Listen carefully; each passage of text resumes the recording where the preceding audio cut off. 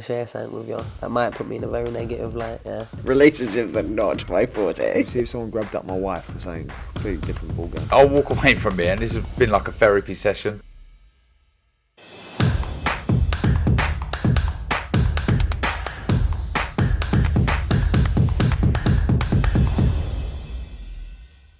Hello and welcome to Raw, the Fight Within podcast with me, KUGAN CASSIUS. An iconic figure in the voice of boxing, Mr. David DIAMANTE. David, how are you? I'm great, Cougs. Great to see you, brother. Good to see you too, mate. I think, obviously, we've done a few interviews over the course of time, shall we say, and I think we know a little bit about you, but we don't know loads about you. But I think you do that on purpose to a certain degree. But I know, me and you have obviously spoke for many years, and I know there's bits of stories. Some of it we may hear, some of it we may not. That's up to you. But yeah, let's see if we can delve into your soul a little bit, David. Okay, I'm here. I don't know what the concept of this podcast is, but I guess we're going to find out soon. We are going to find out very soon. Yeah. Okay, we're going to ease you in gently, as we say here in the UK, David. What is your first ever memory of boxing? Well, I mean, boxing was always big in my house. My dad, my cousins, they liked the sport. And, you know, just growing up, there were tons of street fights in school and all the time. So it was just one of those things where it was very fascinating to me, you know, as a kid. And there was always a heavy bag in the house. And so, yeah, boxing was always a part of everything. But do you remember the first fight that you ever attended, whether it be amateur, pro, or whatever it was? I definitely went to a bunch of amateur fights years ago. Yeah, it was a long time ago. I don't remember exactly. But, I mean, I saw fights amateur fights in Vegas years ago, even. Yeah, I was quite young. So, yeah, I was young. Yeah, I mean, obviously you're a couple of years older than me, David, but I don't remember mine. People ask me, like, what was the first actual fight you was at? And I'm like, I don't know, you've been to that many shows where... Yeah, it blends in back then. But I remember watching it on TV as a kid, and it really... One really early memory was watching Ray Mancini against Kim, and where the fight where he passed away. And I just remember, I mean, it had a big mark on me, because I remember I watched the fight as it happened. And then hearing about that, I was blown away. But I always loved Sugar Ray Leonard, because I grew up in like the DC area, and he was from that area, and I loved Sugar Ray Leonard, so I always followed him. And that's the era that I kind of grew up in watching. Well, this has some relevance to the next question, because the next one I was going to ask you was, what was the first fighter that made you start watching boxing? What was it about them? Is it Leonard for that? Well, I mean, I was into boxing before Leonard. I watched it, again, just fascinated with fighting, combat sports, but really fighting, you know, boxing, to be specific. Because back then, on TV, they didn't have mixed martial arts back then. So really on TV, it was boxing, you know, for combat sports. That was really it. There was no Muay Thai on TV, not that I saw anyway. But we had the ABC Wide World of Sports, and with Howard Cosell and these great commentators. And so as a kid, I was able to watch it during the daytime on free TV, because my family didn't have pay-per-view, or we didn't have cable. We didn't have that. It was just, you had a few channels. That's it. There was no remote. The remote was you know, get up, change the channel. Oh, you get up and you change it, you know. And that's one thing that I'm upset a little bit with the sport, is that we don't have more fights in the daytime for the younger fans, because a lot of times the main events go on so late. And, you know, I'm older, so I don't mind, and I'm at the fights a lot of times. It's not a big deal, but for these young kids that might have to go to bed or whatever, it's not as accessible. That's one good thing about DAZN. It's a streaming service, so they can kind of, if they miss it that night live, they can catch it in the morning. But I loved watching them during the day. So, but Sugar Ray Leonard was massive to me. I loved how he was the nicest guy out of the ring, but a mean SOB in the ring. He had spite. You know, I always loved the fighter to have spite. Like the moment he would knock a guy down, he'd stand above him and raise his arms. Just like imposing your will on another man. Like I love that. Like I think that's to me like the essence of what the sport is. It's just two men in the ring, and it's not just about who scores more. Okay, he's the winner by points. You know, it's like, no, like I impose my will on you, stand above you, just like you're conquering, like climbing a mountain. You know, I love that. It's great. It's tough guy sport. It's awesome. I don't know if you've ever thought about this, but if you wasn't doing what you're doing now, what would you be doing? Well, it's an interesting question. I mean, I've been in boxing for the past 20 years. So I've been in boxing for a minute. But I've always, in my life, wanted to lead many different types of lives because there's so many things that I'm interested in. And I've done a lot of those things over the years. You know, I was a musician, I was a drummer. Before I played in a lot of bands, I was a DJ. And I did very well at that, made a great career out of that, but it just morphed. So, I mean, probably something with music or whatever, but there are so many different things that I feel like I could do. Even now, if I wanted to move on to something else, I think I could. I always feel like that. I always believe in myself, and it's if I'm passionate about something. You know, I put everything into it. So I like to evolve, and I feel like I kind of have over the years. I've changed and morphed, and it's not that I don't still love music. I do, but I felt like I was cut out for more. There was more that I wanted to do. I hosted a TV show on NBC, The Lights, which was a great experience. I did NBA announcing for 6 seasons, you know, as the voice of the Brooklyn Nets for the NBA, which is amazing. That was a lot of fun. You never know. I love sports. I'm kind of a sports junkie, but I also love music and I love travel, and I'm into a bunch of different things. So no idea what I'd be doing. Where does boxing rank amongst those loves in your life? Oh, it's really, really up there high. I mean, it's really, really up there high, you know, like really high. It's like it's as high as pretty much any of them besides family, spirituality. Those are maybe the top. And then after that, you know, travel, motorcycles, cigars, boxing, you know, they're all kind of neck and neck. You take one of those away and feel like you cut off a limb. Yeah, I felt like when I asked you that question, I do know you've got many strings to your bow, if you like. And for some people, when I'm interviewing fighters or people that have only have boxing as their kind of forefront, Yeah. then it's very difficult for some of them to answer what they'd be doing if they wasn't in the sport, especially fighters, as you would know, David. But for yourself, because boxing is a part of your life, but is not the whole picture, if that makes sense. No, it does, for sure. It's definitely not the whole picture. And I think that's one of the things that makes me, you know, a really great announcer is that I have, like, I call it a bat belt, you know, like all these jobs I've done over the years and all these different things that kind of accumulates into what you need, the skills you need as a ring announcer, you know, because I've done so many different jobs over the years, like, and things happen during a live production, and you gotta be a cat, you gotta land on your feet, you gotta be ready. So yeah, it's one of those things. But I've done a lot of things in the past, and there are a lot of things I love to do, you know, and also I owned a cigar bar for many years, as many people know, but I'm opening a new bar,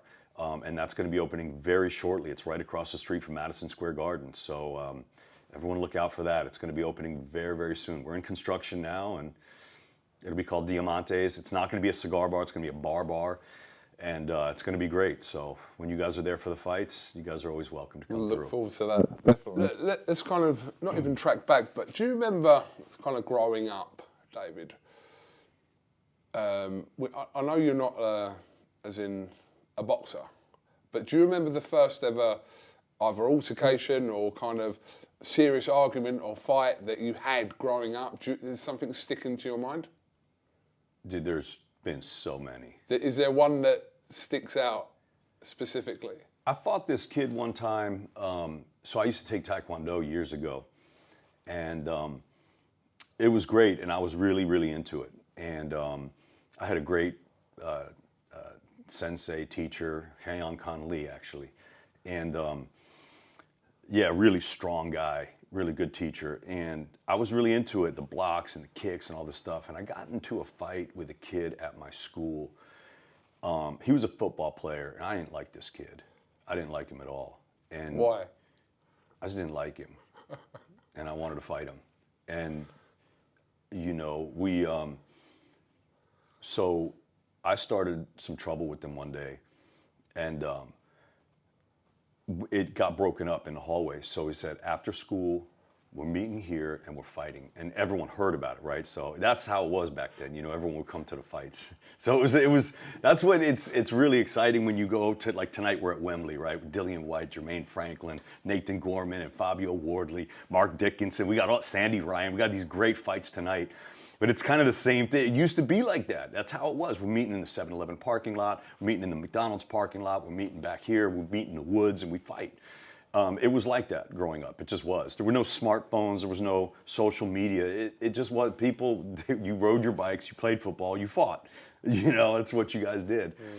So we met out back after school, and we got into this fight. And so I was doing really good, and like he would throw a punch, I would block it, and then I was hitting him with these kicks that I learned.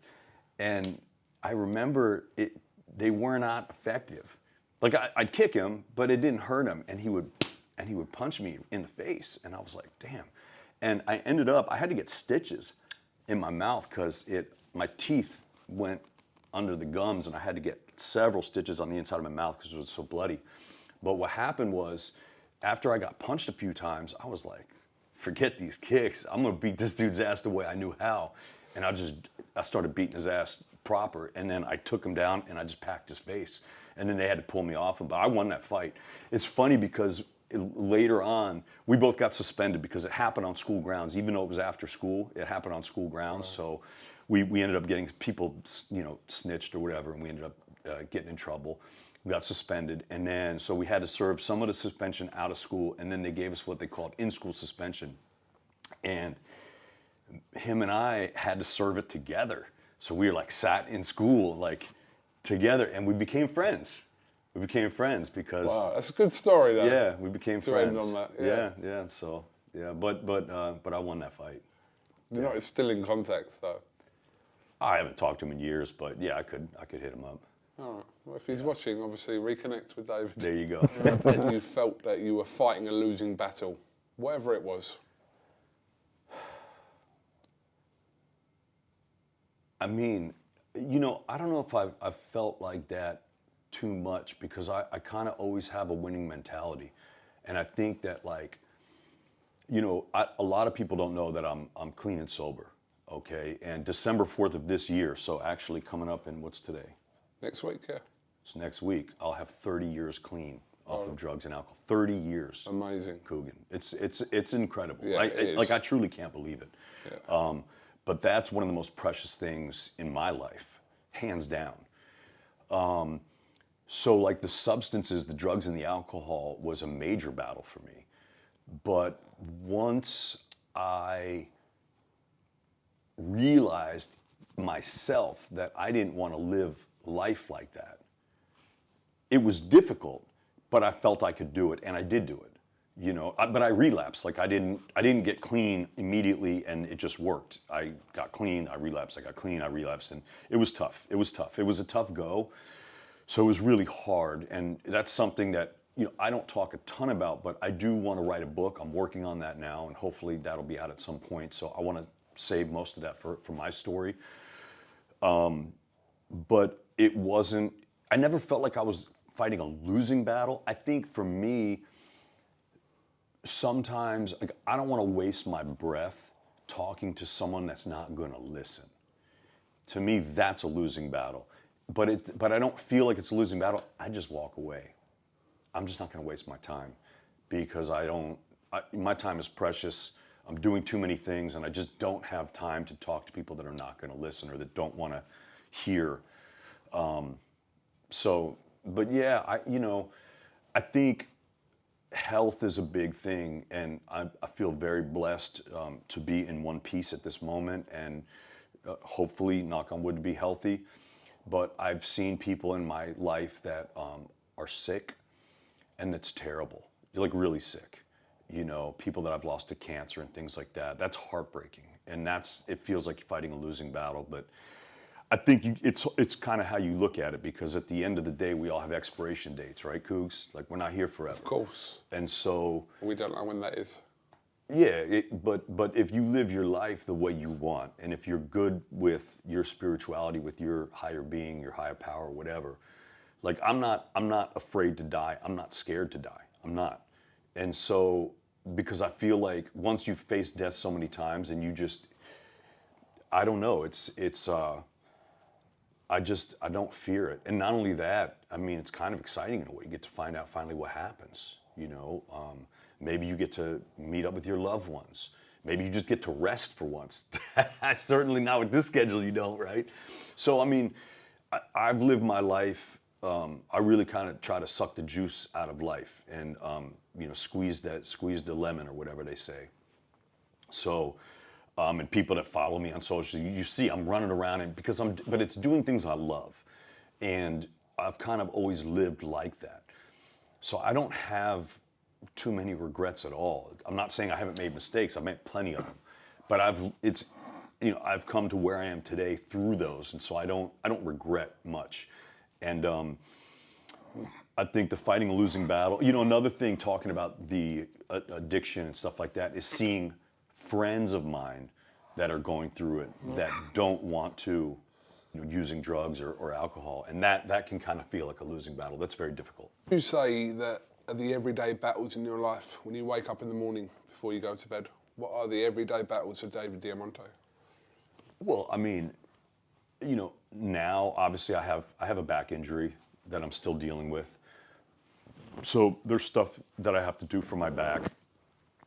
You know, battles is a strange word. I mean, life is always a battle. There's always stuff going on. I got a ton of stuff in my life. And I do a lot of different things. So I'm not just a ring announcer, but I have other businesses that I work with. So there's always a lot of moving parts. But to me, these are quality problems. So I wouldn't really say they're a battle. I feel very blessed. I mean, for me, it's like I know what I have to do and I handle it. So it's not really battle. It's things I look forward to because it's how I put it together, and they're just necessities of life. It's what you have to do to be a man and to be successful in this world. You have to take care of your responsibilities.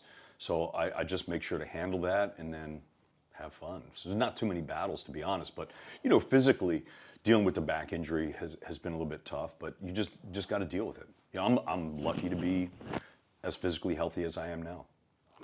Tell me about a time that you felt that you had to fight back tears. Is there a time that you remember that you had to fight back tears? Yeah, I cry, but I don't typically cry. I usually cry for like sappy stuff, or if I ever see like a kid get hurt, one of my very close friends had this niece. She was 7 years old. She had leukemia, and I could start crying about that right now if I start thinking about her. She beat it and she's cancer free now, which is amazing. So all of a sudden, I don't feel teary anymore. But if I go back to when we found out, it was terrible.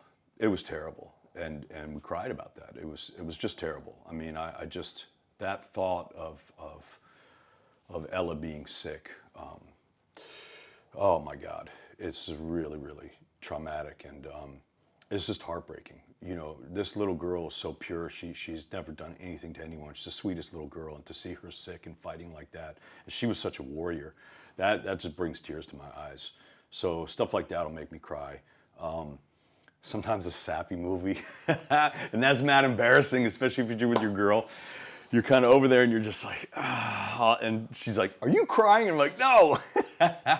But I never cry for pain or anything like that, or I don't cry for that. I don't cry for things like that. Would you call yourself an emotional person? Yeah, very much so. Yeah. Very much so. We don't see that side of you. I can be. I mean, I can also turn it off. It just depends, you know. But of course I can be, yeah, for sure. Because we don't see that side of you, do you know? Right, yeah, it's not really the position that I play. So I think as a ring announcer, you got to play your position, you know. So, but yeah, it's there, of course. Yeah, I'm a human being. Yeah, brother. I mean, I've always been filled with piss and vinegar since a little kid.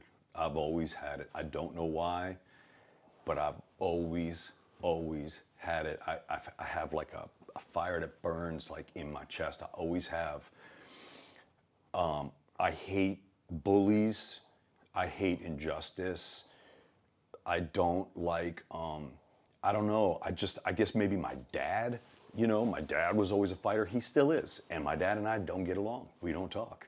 But my dad was my first trainer, you know, and I said, well, we had a bag in the house, and my dad used to train me, you know, and when I had to fight multiple people, my dad trained me to do different things that I'm not going to talk about here to make sure that I handle myself, you know, because, and I'll tell you this, my dad was very strict. I got in trouble for a ton of things, but I never got in trouble for getting suspended from school for fighting, ever. And I got suspended a lot. And my mom hated it because she didn't like that. But she understood because she knows my dad. But my dad was like, you do what you got to do. Like, I never got in trouble for fighting, ever, unless I started it. But like, you know, or against it was an opponent that was, you know, but I didn't bully kids. I wasn't a bully like that. You know, if I started a fight, it was someone either with someone bigger than me or someone that had it coming. You know, I don't like bullies. I never have, and that's not my thing. But I've always just had that in me, and I've always questioned authority, you know. And my parents also, like, they would say stuff to me, and I would just think as a little kid, like, that just doesn't sound right. And I would buck, and I would go against it, and it just created problems, you know. But I've always had that. I've always had it. What when I say what causes in life do you believe in? I mean, a lot of people relate to causes like depression and mental health and these kind of things. Other people tend to talk about and feel strongly about issues that have either affected them or people that they're close to. But for you as a person, what do you feel that strongly about in the world is in terms of causes? Oh, there are a ton.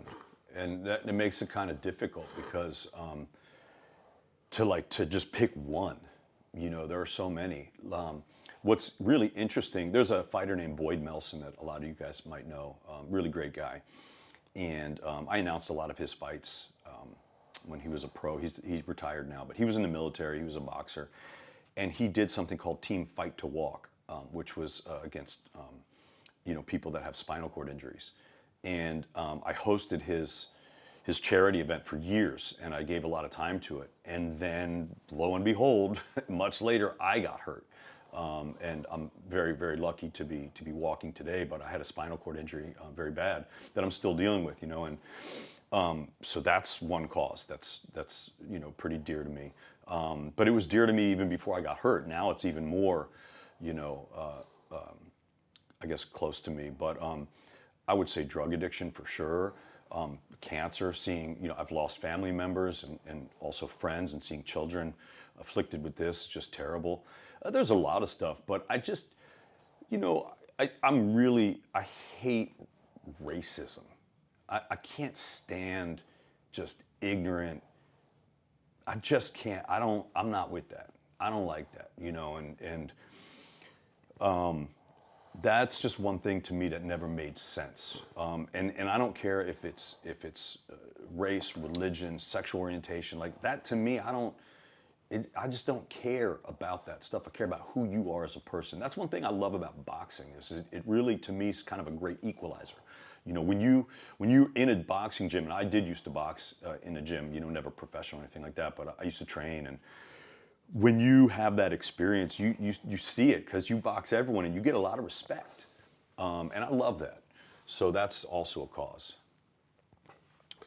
Do you ever feel like you're having to fight demons in your life, whether past or present? Yeah, I think all the time. I think all the time. I think probably a lot of us do. I think most of us do. But yeah, absolutely. But at the same time, I don't know. I feel like, you know, fight is an interesting word because I don't necessarily fight the demons. I think it's,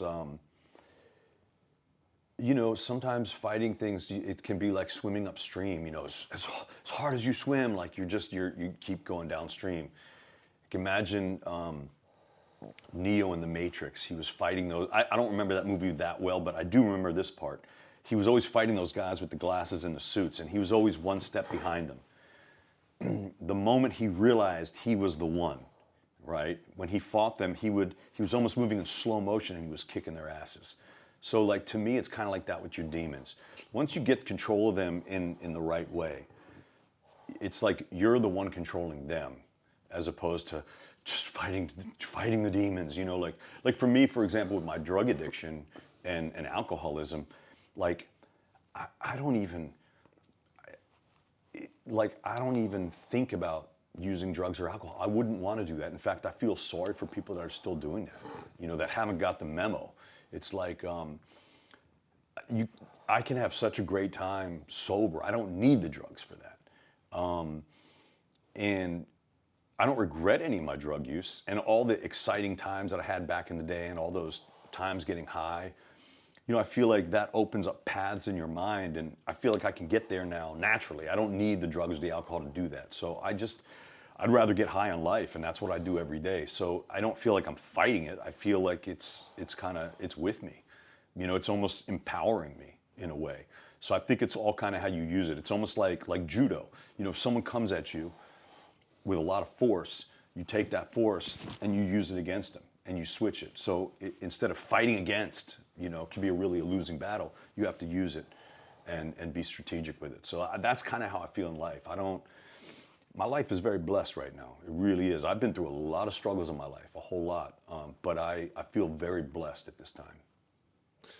You fight for yourself, and again, I'm not talking about in a boxing sense, but you fight for yourself, your family, where you grew up, your country, etc. But who fights for you, David? Who's there for you, rain or shine, at any drop of a notice that you can rely on? Who's actually got your back? I got to tell you this, Kugan. Almost 1 year ago to this day, December 20th, I had my motorcycle accident, and I fractured my spine in 4 places, among many other injuries. It was really, it was extremely painful, but it was also, the doctors did not think I was going to walk again. And they told me that. They said, there's a very good chance you're not going to walk. And the only thing that I had to focus on was to get better. Okay, have the surgery, you know, which now I've got all these metal rods in my spine now, but have the surgery and get better. That's the only thing I focused on. But I cannot tell you how many people hit me up. I mean, I couldn't believe it, Cougs. I just couldn't believe it. People from all over the world and from different walks of life, and a lot of famous people, a lot of people I grew up with, people that I've met just like tons of people. So, and I want to say, I was not too good at responding because I was very injured and I had a lot to do and I wanted to come back quick, and I did come back quick. But that really helped me. It just really did. Like the moral support, seeing all those messages, I was like, wow, like I didn't even know this many people knew who I was. It was amazing. So I think there are a lot of people that'll go to bat for me. And not only that, I had a lot of people visit me in the hospital. I had people by my side. You know, I've got a great partner in life, and also like just tons of friends. I have several best friends that I've known for many, many years. And they're all over the place, you know, because they do different things. So I've got guys in California, guys in Washington, D.C., guys overseas that I grew up with that like we're very tight. So having several best friends is really important. So I've got a team, man. The team is strong. Team is strong. Yeah, it's a great feeling. It's a great feeling. Have you ever had to fight depression in your life? Yeah, for sure. But I have. But it's weird. I think I call it blue. Like I get blue. You know, I feel blue sometimes. But I think that's a very human condition, but there's so much I'm excited about in life. You know, I love life. Like I know how much of a gift it is. I think it's very interesting that a lot of people, I don't know, I lost my train of thought, but basically what I was gonna say is, you know, for me, when I do get depressed, I kind of just white knuckle it, you know, hold on. You know, I call it white knuckle because you hold on, your knuckles become white because you're holding on so hard. And you just go through, you know, just go through that tunnel. And it always seems to come out. Always seems to come out the other side. And it doesn't last long. You know, I was going to say I'm very excited about different things in life. And, you know, I'm not trying to be dramatic, but it is what it is. And maybe, you know, one day when the book comes out and you guys can read about the things that I've gone through in my life. Like I've faced death many times in my life. And I'm not talking about this latest accident, but a lot of different things have happened to me over the years where I thought it was a wrap. And you know, I've heard accounts from people that have actually done things to commit suicide. For example, there was this kid that jumped off the Golden Gate Bridge, which most people do not survive that. And this kid did. And he talks about, I don't know him firsthand, I saw this in a movie, but I've heard about this from many different people that have had this experience. He said all he could think about was ending his life. That's all he wanted to do. And the moment he jumped, he was like, oh my God, I've made a terrible mistake. And because I have been through these hardships and faced death so many times, I feel like I personally know how much of a gift this life is. And I'm not willing to squander it, you know, behind a desk doing 9 to 5, which I'm not knocking anyone, but that's not for me, right? I'm not gonna trade in my time for a handful of dimes of things that I don't wanna do. And there's just too many great, beautiful things on this planet to be depressed for me to be depressed. Like I'm just into too many things. So yeah, I get blue like anyone else, but I come out of it. And when I do, I kind of relish it. I take it, and I take it on the chin, and you know, and then just move forward. And the sun comes up the next day, and crack on. But I'm assuming, David, someone that's kind of lived the life that you have as well, that you can kind of separate a bad day from a state of depression as well, because I was talking, I think it was with Eddie Hearn a few days ago, and he said that he has bad days, and I think some people, them bad days kind of last for day 2, day 3, where they feel like they're falling into a state of depression, but really there is a fix for that. Whereas actual depression, it's not so easy for a fix for that, if that makes sense. It does. I'm not a doctor, so I don't know what those. I don't think it would be smart for me to speak on things like that because I don't know, and I think I've heard how some people have clinical situations. I don't know about that, but I will tell you this: I don't have bad days. I never, ever have bad days. I don't. A bad day is when you lose a family member. A bad day is when you find out you've got the big C. A bad day is, you know, I've seen people that have had bad days. I have never had a bad day. I do have tough days, sometimes it's a little tough, but again, my life is filled with quality problems and I realize that. Like I don't have bad days, I just don't.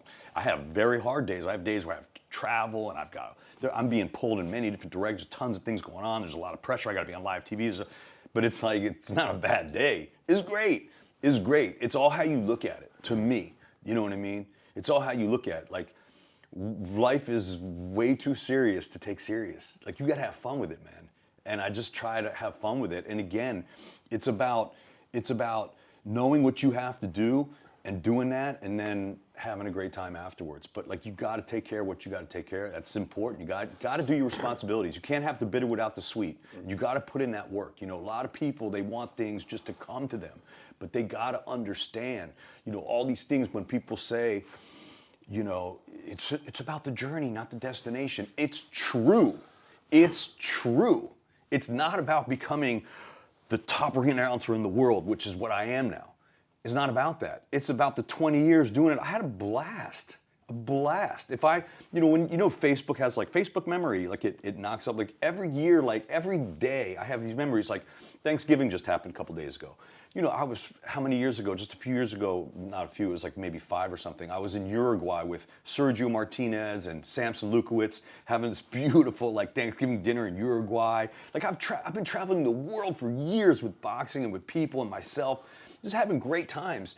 And I never, again, like I never did boxing to become famous or because, I just loved the sport, you know what I mean? And it's now become where I'm this top guy, but it didn't start like that, and that was never I just love the sport. I took it very serious. I still do, and I love every fight that I watch. Well, actually, not every fight. Some fights are terrible, but I'm excited for every fight that we go into, and I still love the sport. I'm still super passionate about it, and so really, you know, again, like you climb this ladder, But people don't realize the ladder is a circle. You're not getting high, like, and people need to realize that. And the moment you do, and you do things the right way for yourself, not for, like, yes, I work with Matchroom, and I work with DAZN, and I worked with the NBA, and I work with the Brooklyn Nets, and I work with all these big organizations, NBC, ESPN.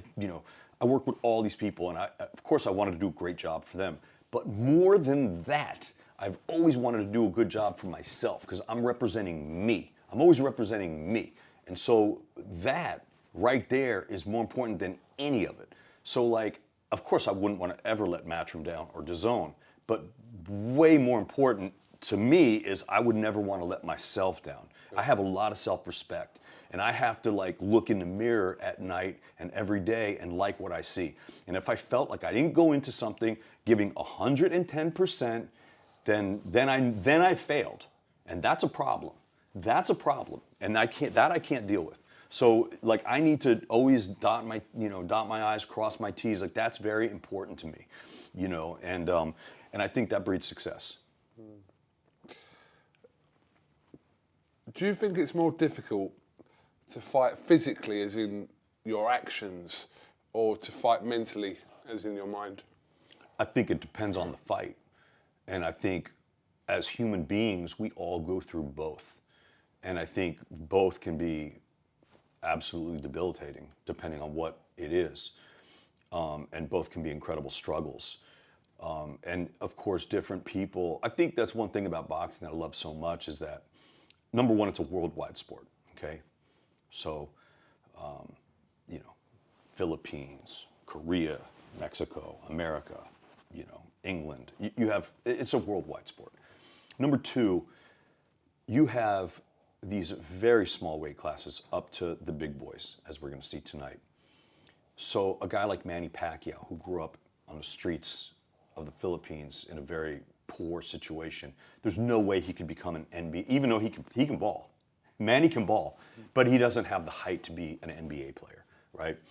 Or he doesn't have the size to be an NHL hockey player, So a lot of guys, they don't have the physicality, or women don't have the physicality to play certain sports. But boxing, there's a place for everybody. And everybody, I don't care who you are, if you're physical, if you're not physical, you go through fights. And like you said, it could be mental or it could be physical. So I think boxing correlates very, very much to life. But I think the struggles can be huge both. And, I'll tell you, when I was in the hospital after my surgery, before the surgery, I could not move at all, or I would have been paralyzed because the injury was that grave.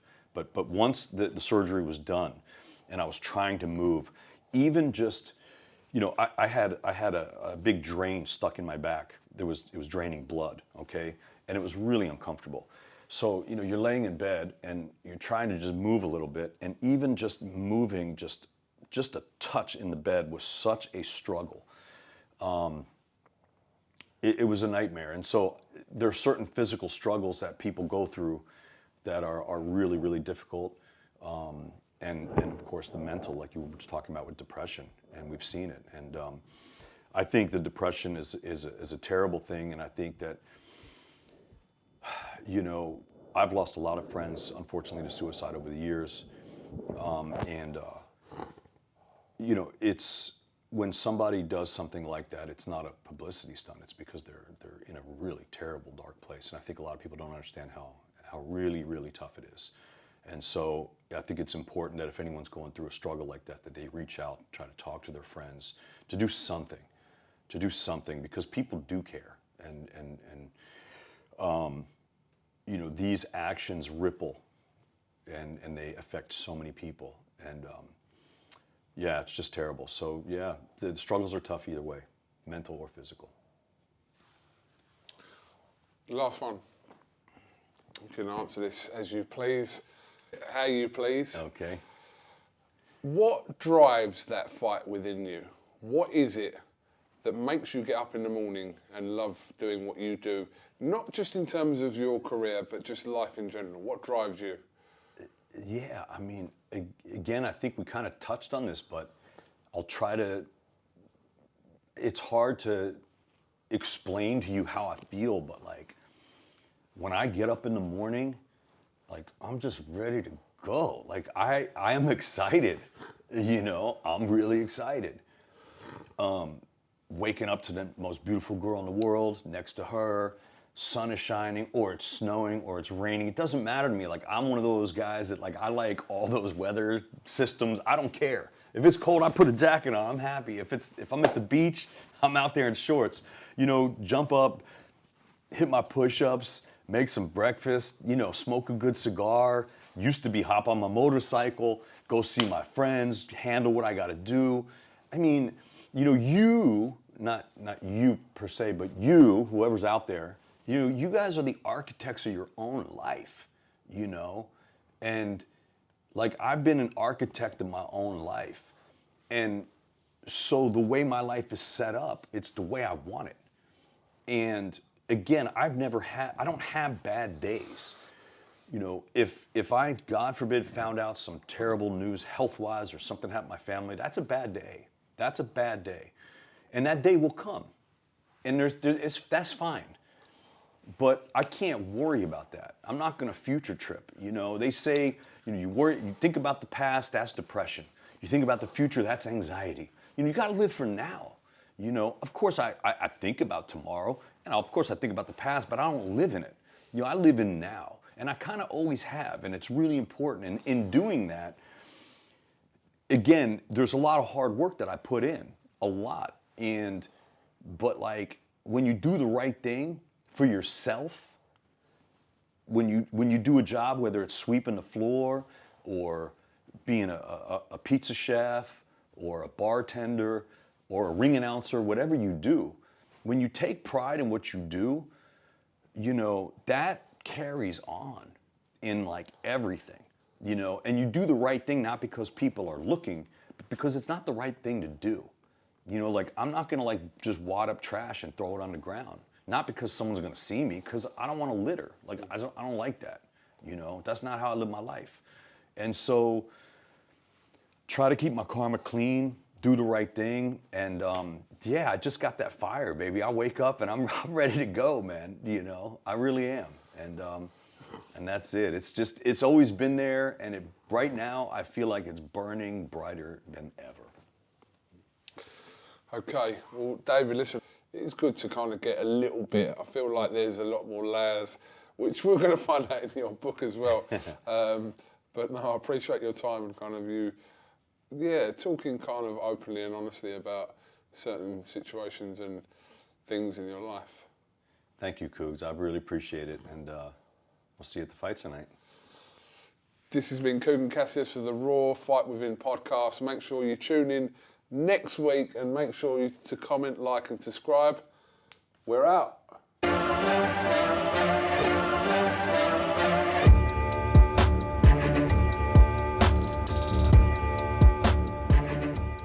I'm going to share something with you that might put me in a very negative light, yeah. Relationships are not my forte. See if someone grabbed up my wife or something completely different ballgame. I'll walk away from it, and this has been like a therapy session.